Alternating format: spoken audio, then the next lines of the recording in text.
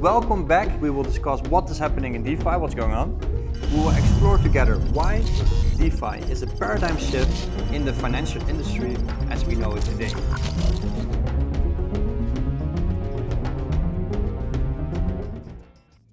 All right, guys, and welcome back to On-DeFi. Today, I thought it was really cool to bring Adam on the show. Adam is a good friend of mine. We know each other now for some time, and Adam is wondering how to become a more sovereign individual and how to get away from centralized exchanges and how to basically don't worry anymore about like, shit, I'm gonna lose my money, you know, being in self-control. Right, Adam? Maybe you can introduce yourself a little bit. Thanks for taking the time, Dio, to explain a little bit more on this. Obviously, you are a lot more experienced than I am. I'm a first cycler, so literally just got into this last year, or maybe at the end of 2020. And of course, like most other people who get into it, I start through the exchanges. Having talked to you and having seen what's happened with things like Celsius and more recently the uncertainty around the industry in general, I want to move everything off the exchanges. And obviously the benefit of having things in an exchange like Nexo, for example, is you can stake and put your put your coins to work. So in addition to being able to preserve your wealth, it would be great to understand a little bit better how to make your cryptos work for you in a decentralized setting. So there's a lot to cover today, and I appreciate your patience in taking a novice like me through some of these steps. Of course, man. No, and Adam is in crypto, the first cycle, as you said, right? It's very tempting, right? Tempting to say, hey, I have USDC, and I'm just gonna buy some Ripple or some other like scam coin, and I can get 20% yield on it. Oh my God, right? So it's like, it's so funny because you see it over and over happening, and you also now understand after everything that happens, you basically have to do fire learning, right? You learn because of the threat of like, shit, I'm gonna lose it. I have to do something. I have to take matters in my own hands. So you bought a Ledger wallet. I will put a link down in the description to the Ledger web shop where you can buy your wallet. It's the newest version with all the Bluetooth and everything, which is really cool. And yeah, you started to learn how it works. And this is around 6 months ago, we set up the wallet. Yeah. And then of course, then you got stuck a little bit like, okay, but how do I use a DEX, or how should that work, and how do I import my my Ledger to my MetaMask, how I connect everything. So that's today what we're going to cover. We're going to remove all your funds from Nexos. There is still some money in there. I hope we're gonna get it out. Then we're gonna do a swap. We're gonna swap some of the USDC to ETH, and then we're gonna use something called Mero, and Mero will has something called the Mero Tri-Hop CVX strategy. It's very technical, but I will also put a description of the in-depth strategy and what it does in the description below. But that being said, that with every % gain that you get on your capital, also in any financial system, there's a risk involved in that. But we will cover that later. But these strategies that I'm going to teach are very modest strategies, very basic strategies, and they can form a foundation of your first steps into DeFi and into crypto. Right, let's get started. You can open your portfolio page. I think okay. Yeah, there we go. So here we see it. This is Adam's portfolio. So Adam has $12,170 on his account, and there is still a little bit of money left on Nexus, which we're going to transfer now. This portfolio page basically shows you a interface to your ledger. So the difference between something like this and what we will see at Nexos is that at Nexos you give your crypto, your self-sovereign crypto, you give that to a third party. The third party then has a database, an SQL database or an Excel sheet somewhere or whatever, you know, maybe there will be some wild parties like an FTX, they will lose some numbers. But in something like what we see here, nobody can change it. This is just an interface into your accounts on a blockchain. So that is the only thing that the ledger does. It's an interface to make it more easy to communicate with your blockchain address that only you control. Before we had this call, we have already set up the ledger. When you set up your ledger, you will have to write down your seed phrase and everything. We already did that. We're not going to do that in this video. That's something that if there's questions, you can always, you know, just DM me or ask me how that works. It's a little bit sensitive because you don't want to share those seed phrases. So very important to note, nobody ever, including myself or bots that try to mimic me, will never ask for your seed phrase. That is very, very important, right? Your self-sovereignty, so your self-control of the financial system, comes with responsibility of actually protecting also your own like cryptographic proofs of your public key, right? Your private key is basically a cryptographic key to unlock the capital that you have on, in this case, the Ethereum blockchain, the Bitcoin blockchain, etc., etc. So always keep that private. All right, so what we're now going to do is you click on accounts. So what we want to do for sure, like when you transfer money into your ledger account, you kind of want to know for sure, is this my account and do I still control it, right? So then we click on Ethereum and then we will click receive. When we click receive, we basically, and then we click continue. When we click receive, we basically going to double check if this is the address that Adam controls. In this case, you can see here, Adam, just to be sure you can copy the address that you see there. Just click the copy sign, just click that. Yeah, address is copied. And now double check on your ledger, maybe show your ledger on camera. So there's Adam, you see there is his address. And then this is the same address as we can see here in the background, right? So now you click the two buttons, which basically sign a signature that you own that address. Now you can say done. And we really know for sure now that that is the same address. So that's always like a nice check. All right, now let's go to Nexo. Okay. Yeah, and here we can actually put in your Ethereum address, the address, and then click wallet. And then click wallet. Yes, select wallet. What does this mean? Ledger, yeah. All right, save address. Now we're going to back to the dashboard and we're going to transfer.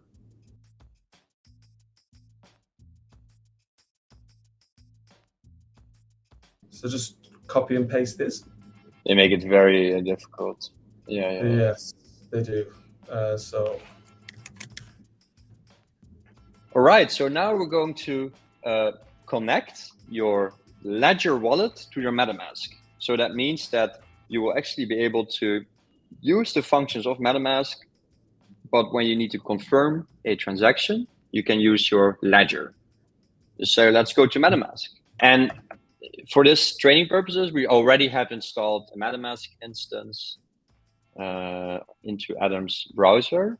If there are any questions of that, please let me know. All right, so as you can see here, Adam opens his MetaMask, and now he already has his Ledger wallet connected to his MetaMask. Okay, so as you can see, we already have connected the Ledger wallet to Adam's MetaMask. But if you also want to do this, it's very easy. You install your MetaMask wallet, which is also a very straightforward process. If there's any questions, leave comments below or DM me on Twitter or whatever. I'm very happy to help with that. Then connecting your ledger, very easy, because you have your ledger connected to your portfolio. You say ledger, you continue, and then it actually just pops up a connection in your ledger device, and you connect it to each other. And now we click again on our MetaMask wallet, and we go to CowSwap. Yes, okay. And open your MetaMask. No. Okay. Yes. Perfect. And then open the color. If you click the colory icon.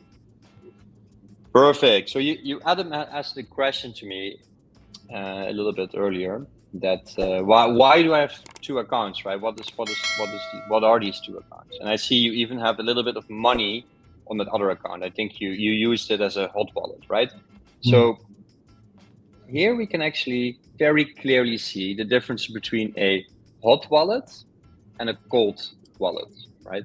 So the difference between a hot wallet and a cold wallet is that a hot wallet is account number one. And you can actually click on account number one. I don't know if you click on it, it will actually switch to that account. And again, this is nothing more than just an interface to the Ethereum blockchain, right? And I don't know why, but you used it already for some reason, right? Now we go back to, you can click that. So again, hot wallet and cold wallet. The difference is that account number one is a hot wallet because it's generated in your browser via MetaMask when you were connected to the internet. So there could be something that maybe recorded your screen. There could be something that's spoofing you. There could be a lot of different things that could go wrong with the generation of that wallet. So it's more dangerous, right? I wouldn't store a lot of money in account number one because it's a less safe setup. Where Ledger one is an account that you have imported from your Ledger device. So when you created the Ledger one account, it has been done on that device that you just showed on your screen, right?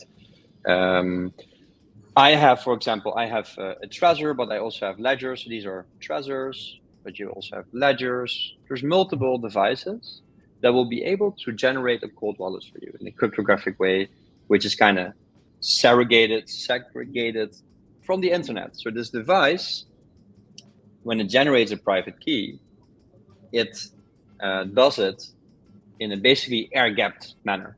It's just a random set of numbers that generate the private key and the public key, and that then signs signatures from your device. Your private key never has been exposed to the internet, right? So when you create the private key for your cold wallet, you write down the words on a piece of paper, which Adam also did. But I didn't see the words. Don't show the words, Adam. Okay. So nobody sees the words, right? When you generate it, nobody, nothing, right? So it's way safer. Where the words in account number one are seen potentially by a lot of things you don't know. So that's the difference between hot and cold. All right. So now let's switch back to ledger number one. Okay, so we're going to switch back to ledger number one. Yes. And then we're going to click connect wallets. Okay.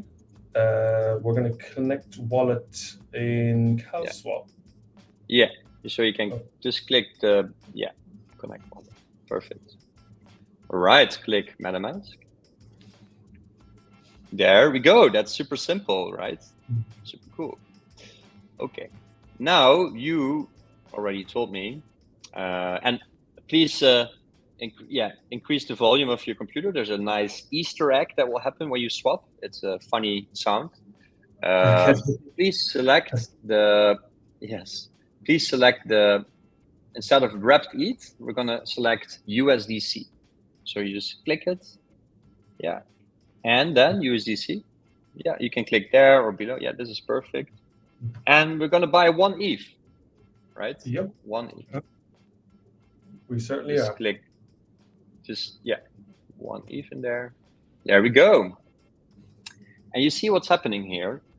What is really nice about CowSwap is that the fees will be technically paid in USDC, right? And the fees, it's only $4.66 in fees. So that's actually really cheap. That's a very small amount. It's not as cheap as maybe on FTX or other exchanges, but it's an actual thing that happens in the blockchain directly without any central party that can stop this or in between. So that's why this is very important. All right, so now the next step, as you can already see, it says here a button lights up and you can click the question mark there, Adam. Yeah. So basically what it also says here, so it's, the GUI, like CowSwap, they're amazing, right? But you can actually also do this. We don't need this GUI. That's also another beautiful thing. We could theoretically also directly go to the smart contracts and directly interact with the smart contracts. I will probably make another video about that in another time.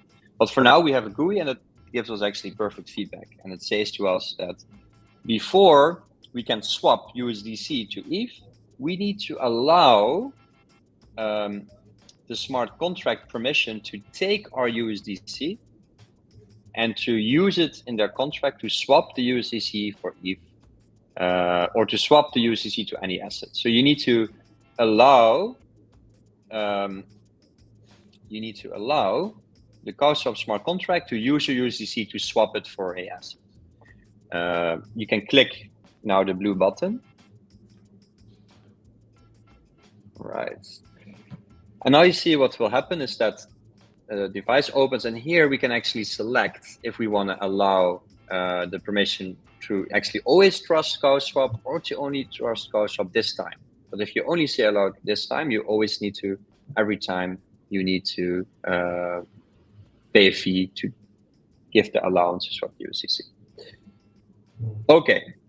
All right. Open MetaMask full screen. Yeah. So now what's happening is that MetaMask, this is an interface, is now saying like, hey, you want to swap this, but you know, I need a signature. I need a confirmation for that. So you can scroll down on this pop-up. It's a bit weird that the pop-up is, you know, scroll down. Yeah, scroll all the way to the bottom, and then open. Yeah, no, it says open MetaMask full screen to connect your Ledger wallet. Yes, you can click that. Because what you did, Adam, you didn't connect your Ledger wallet yet to your computer. You kind of did it, but you didn't switch to the Ethereum application. So you need to do that on your Ledger. Yeah. So you click this. Yeah, click this, and then go to your Ledger application. Right. Okay. Show the device to the screen. What does it say on the screen? Application ready. So that means that application ready. Now press the button. Yeah. And then see, and now select the Ethereum logo. All right, Adam. So like you see now, you had to select the Ethereum application. Your Ledger was not connected to the was not switched to the Ethereum network. So now you click both buttons on your Ledger. There you go, perfect. And now go to back to your MetaMask. Okay, now go to CowSwap. Yeah, and then click allow USDC again. One time. Click open MetaMask full screen. Yeah, click that, please. All right, perfect. And then click here to connect Ledger via web HID. Click that. All right, so Adam, you needed to connect your Nano wallet to your MetaMask. So now click connect. Click connect. Yes. Okay. All right, and then click confirm, please. Okay. So as you know, as I explained before, basically what happens now, you need to check your device, Adam. Check your Ledger device. Ledger device, not Ledger Live, but the device itself. Okay. Yeah. So here's what's happening. Review transaction. Yes, perfect. So, review transaction. And then we press the right button. Just the next one here says type approve. Correct. Because we're going to approve this transaction. Yes. A limited USDC, yes. It's more convenient. You can also do it on the one. The address, yeah, that's correct. We checked that in our MetaMask as well. ETH, yeah, that's correct. This is the fees that you're gonna pay for this transaction, very small fee, and then approve. Yeah. Yes. So then, and now you have to press both buttons. Press both buttons. Yep. Yeah. Yes. Okay. And now we go back to your MetaMask, and then we can see, yeah, and now it's spending. So click on this, click on the spending, and then you see, oh, and it's finished already. So click on this, okay, click, and then you go to view on Blockchain Explorer. All right, so what just happened 16 seconds ago? What we did, we approved USDC to be spent by the CowSwap smart contracts, right? So the CowSwap smart contract, with our approval, with our if we send it money, can use our balance, our USDC balance on our account, right? We have set up unlimited approval, and we did that because potentially Adam is going to do more swaps, and I know for a fact that the CowSwap swap contracts do not have any way, there's no possible way of them to steal money out of your wallet, because these contracts are actually not able to, these keys have been burned as far as I know. Okay, so let's go back to CowSwap. All right, so now we have one each, we see approved USDC, and now we're gonna say swap. So what's gonna happen is that Adam is going to swap his 1,252 USDC to 1 ETH. Okay. And yeah, you can click swap. The cool thing about CowSwap, what stands for coincidence of ones, meaning that this looks simple, it's a simple interface, but there's a lot of things happening on the background while you do this. But can you click swap, please, Adam? Yes, there you go. Confirm. Okay. There we go. Yes. And it's the same process. You have to, just scroll down. Yeah, scroll all the way down. Instead of doing, click that. Yeah. Okay, sign. Yeah. So instead of having to do a transaction, the nice thing is actually with CowSwap. So take your ledger device again. Okay. Sign. Here, I'll go through the steps here. Yeah. Press right. Yes, press right. And so basically what's happening right now is that, you can go through this process, Adam.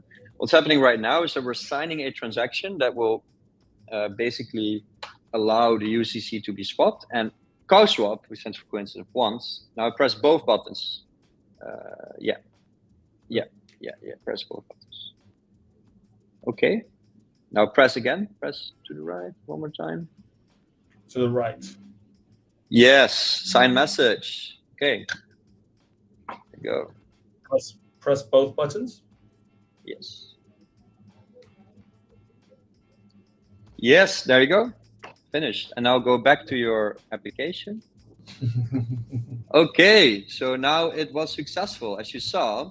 But this will take some time. You also have instant swap via OneInch or other things, but I personally like CowSwap the most because it will give you the best price. And this is also very good for actual big amounts of money or also smaller amounts of money because the fees are actually very low. And it's now going to look for a while on the blockchains for all the different prices, right? Because there's constantly different prices. You saw the Curve logo, the Uniswap logo, the Paraswap, the OneInch logo. So it's constantly going to look to all these different decentralized exchanges. What has the best price for me, right? So you have your dollars are now sitting ready. You put it in the smart contract, and the smart contract automatically is looking for you what the best price is. All right, so that's it. We swapped our USDC for ETH.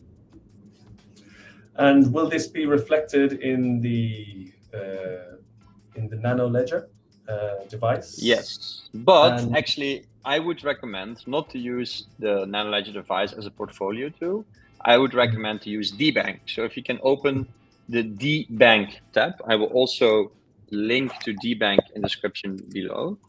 Okay, so this is DBank, Adam. If you scroll up, so here at DBank, you can see the balance of your overall. Oh, I now know why this balance is lower. If you actually go to the Ledger app, you just go to your Ledger portfolio. Because if you go to portfolio, yeah, you see it's 12,700. So it's more because we deposit some more money. So this is correct. On the Ledger app, we also have Bitcoin. So Adam also holds a little amount of BTC on your account. So you can see that here if you click accounts, BTC and Bitcoin. And of course, the DBank app, if you go back to Google. So it only shows. So as you can see on the DBank, it only shows your balance in your Ethereum wallet, or this is called EVM compatible blockchains that are connected to this address. Because scroll up. Okay, so what we can see here, DBank is one address, right? You can see this Ethereum address. So it only tracks all the assets that are connected to this one Ethereum address. What is actually really nice is that with this one Ethereum address, you can use Ethereum layer 1. That's what we're working on right now. But you can use also all the other Ethereum layer 2s, or like Arbitrum, Optimism, etc. Or you can use other side chains that are basically different blockchains like Polygon or Avalanche, etc. All with the same key and the same ledger device. So it gives you access to everything, but this DBank only accesses your Ethereum holding. So that's 11,258. What we're going to do now is that we're going to put these assets to work, because now we have around 10,000 USDC and around 1,800 ETH.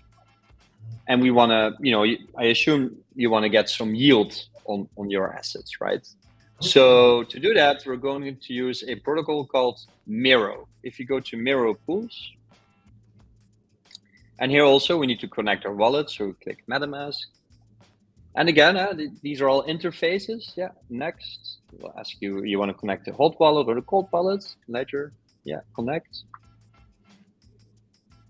Perfect. So now your wallet is connected, and it says, as correctly shown here, that you don't have any deposits yet. And you can see here different pools, different actions, claim button, which maybe means something or not. So I would recommend everybody to try this out and potentially get an airdrop or something like that. And basically, like, instead of like a Nexos that makes it really easy, this is a little bit harder, right? Because what does this mean? Where does this yield coming from? In Nexos, you actually also have no idea where it's coming from. Here, you can inspect all the contracts. So what we're going to do, before we're aping into a strategy, we want to know for sure what we are doing. So scroll down, go to the footer, scroll all the way down, and then click all the way down. Yeah. And then click on docs, resources, and then to docs. Yeah, docs. And open that. Yes, opens a new tab automatically. Perfect. Then we click basically yield, right? And the left part, we see yield. Yes. And basically what I recommend everybody to do is to always read the documentation. So before you do anything, read this. It's not too hard. It's, it's $10,000 and you work hard for this. So you want to read and understand where you put your money in. If you do not understand this, then probably, wait a while. Adam, I've been telling you for ages about, Curve and Convex and Aave and Compound and etc. So you already feel a little bit more confident with these protocols, but it's still a little bit hard. You don't want to, if you want to get these yields, you basically have to. I do this manually with a part of my assets because, I know how to do that. But if you don't want to do DeFi like every couple of days or every day, I would recommend to just use a aggregator, something like Mero or Concentrator or other ones. I think Mero is one of the best out there because it actually provides you single-sided liquidity, right? Meaning, as a user, you put your money in a liquidity pool at Mero, as you can see also in the illustration, and then it automatically puts that curve or to Aave, like lets you do actions at Aave, etc. So let's click strategies, click strategies. Yeah. And then we click USDC, strategy specs. Yes. All right, so now we even go a little bit deeper, right? Because we're going to use a specific USDC strategy, right? Called the Tri-Hop StevieX strategy, right? Which basically has the underlying assets of USDC, USDT, or DAI, okay? And the reward tokens, CVX and CRV, right? And basically what this does, it will actually take your capital, it will put it in a curve tree pool, and then automatically get the highest rewards on that, and harvest your yield automatically, and sell your reward tokens automatically for more USDC, right? Because at the end of the day, that's what you want. I like to accumulate CRV, CVX, FXS, etc., because I understand all these contracts, I understand all these strategies, right? But as you can see, there's a lot of things happening here in the background, Adam. But that's why we have also like these documentations and these interfaces to abstract that. But the nice thing is, because it's a actual blockchain application, if you scroll all the way up, Adam, to the top, you can actually go, like, you can dig very deep. Like, go down a little bit to contracts, right? You go down, you can see the tokens used, but go down a little bit more, go down more. AMMs, you see here, so you can see all the contracts that are used. So you can actually go to all these contracts. You can see exactly what strategies are being used. You can see exactly what happens with your money, and you can track exactly what these pools are doing.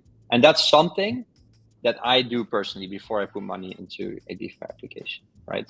But you don't have to do that. I can vet these. I can also vet these contracts, etc. Here one time on stream as well, so that we share that process publicly. That would be also pretty cool. This is a lot of information, right, Adam? But do you get the point? If I was to ask, you know, to stake, if you would call it that, some USDC using Mero, what is the overall risk compared to staking and locking up your USDC in Nexo? A good question. The difference is that with Nexo, you actually don't know what's happening. With Mero, you can actually see what's happening, and you know the risks that you're taking. I would say a big risk with Mero that you're having is that you're connected to different contracts and different protocols. So you have a lot of technical risk, and also you have the risk of Mero, because Mero is quite a new protocol. So there's probably still parts that fall under multi-sig. So also a group of developers from Mero could steal potentially your capital, but it would be very weird if they do that.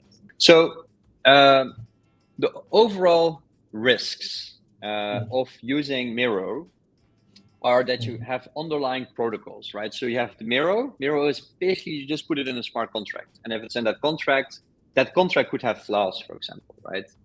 That's a danger. And that flawed contract then has flaws. That's dangerous. There's a technical risk. There's operational risk, like maybe they make an upgrade to the contract and they make a mistake and then things go wrong. And there's the other components of the strategy. So for example, MIM or Frax or other curve meta pools that they have different, that they will be compromised. So that is the risk you take. In my opinion, personally, all Frax, MIM, Curve, they are like veterans in the DeFi space, and they actually surrogate these components of their strategy. So where in Nexos, it could be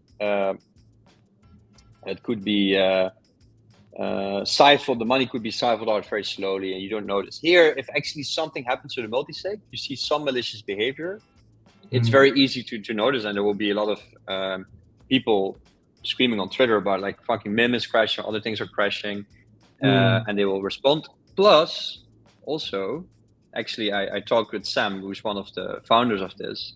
There's also strict, like there's constantly bots from Mero itself that are watching these protocols. So if something goes wrong with these protocols, this strategy also automates pulling out of those strategies and allocating it in different strategy allocation, right? So, summarizing it, good question, Adam. So there's still risks involved, but there is less risks than in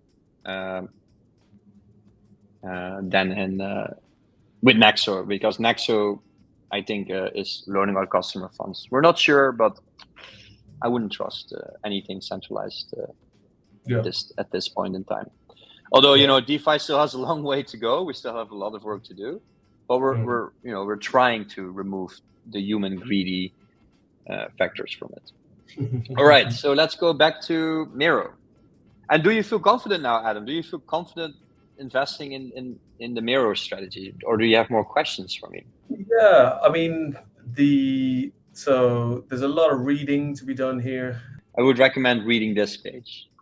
Yeah, sure. So the strategy spec for USDC, for example.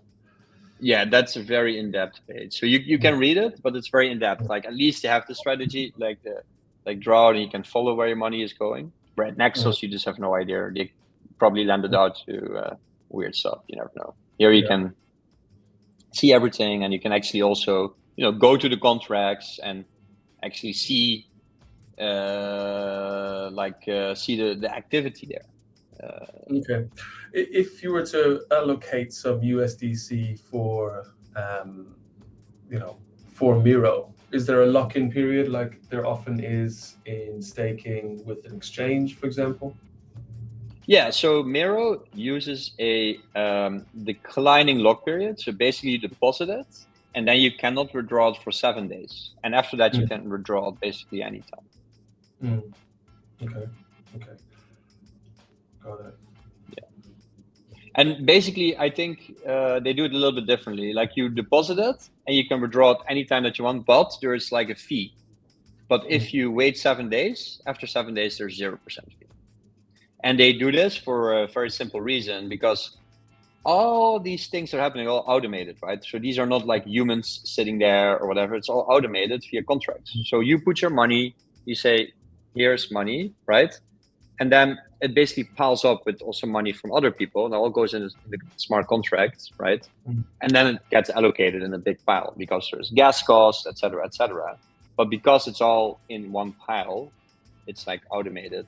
And if you would deposit, withdraw all the time, yeah, that would fuck up like all the algorithms. So then the strategy wouldn't, that would be hard to calculate the gas costs, et cetera, et cetera. Yeah. And let's talk about like the 7 day period. There's hardly much point. Yeah, we can go to Mero. You go to Mero, the main website. Yep.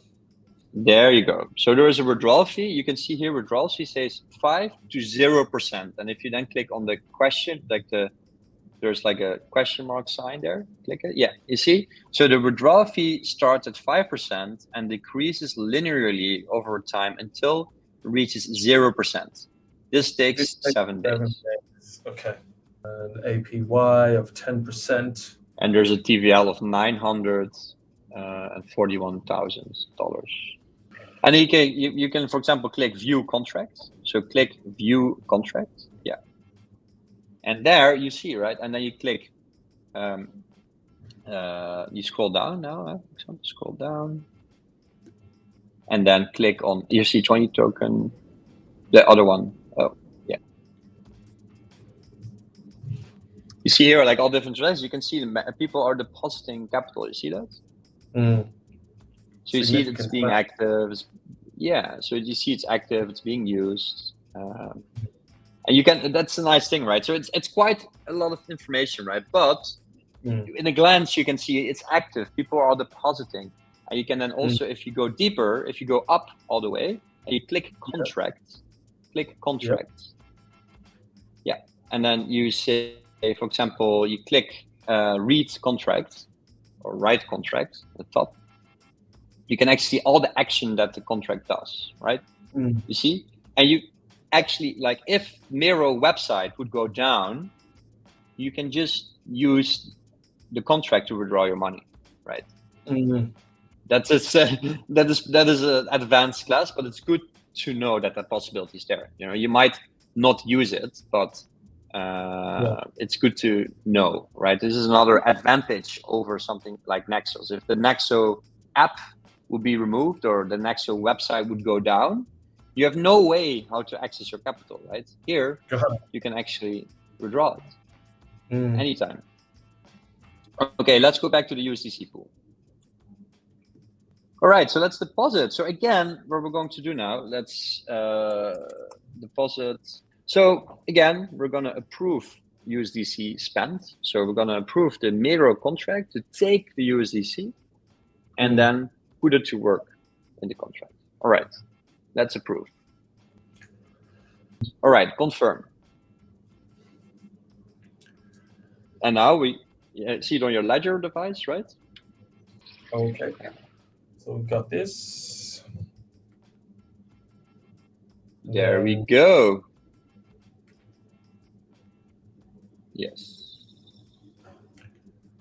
Okay. The amount USDC is basically unlimited. Continue, click. Yes. Double click? No, it's okay. It's okay. It's going to click. Yeah. And now click both buttons. Yes. Okay. Click both buttons. Accept and so you send. see when there's both. Yeah. It's been sent. It's approving. All right. Awesome. Okay. So it's got two options here: approve or deposit and stake. Yeah. Yes, we click deposit stake. Yeah.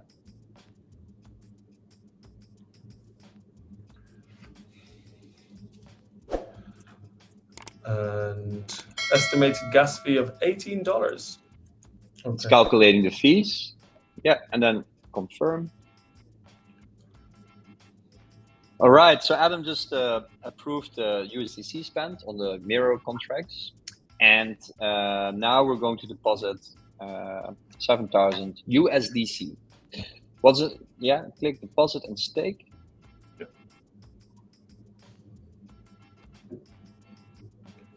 All right, scroll down. And the rest of the USDC that's available, we're just going to use for DCAing. All right, confirming. Okay, so my Nano Ledger says review transaction. Perfect. So now it's reviewing it. So we had one small technical issue actually before this. We cut out some parts of that, but we had to enable blind signing on the ledger. That's a ledger specific setting. I'm not sure, to be honest, why Ledger does that, but it's a Ledger specific thing. If you use Trezor or other hardware wallets, you don't have that issue. So my preferred hardware wallet is actually Trezor, but yeah, they all Ledger, Trezor, and most other big brands are mostly fine. Okay. All right. So accept and send. Yes. Just press both buttons. Yep. Did you do it? Oh, yeah. Yeah. It's just loading right now. There you go. Success. So now it all seems super easy, right, Adam? Yeah, definitely. Now it all seems super easy. Yeah, awesome. Okay, so we now have $7,000 USDC in here. What you could also consider, Adam, is to potentially stake your ETH here if you have a lot of ETH. Right now you only have 1.5 ETH, so I wouldn't do it because it's kind of like high gas cost. So at the moment, maybe when you have like 5 ETH or 6 ETH, then it becomes interesting to stake it because you will get also 10% yield on your ETH here.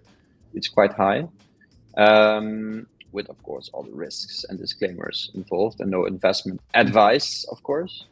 Yeah, so that's great. And the rest of your USDC, I would recommend to use as a DCA.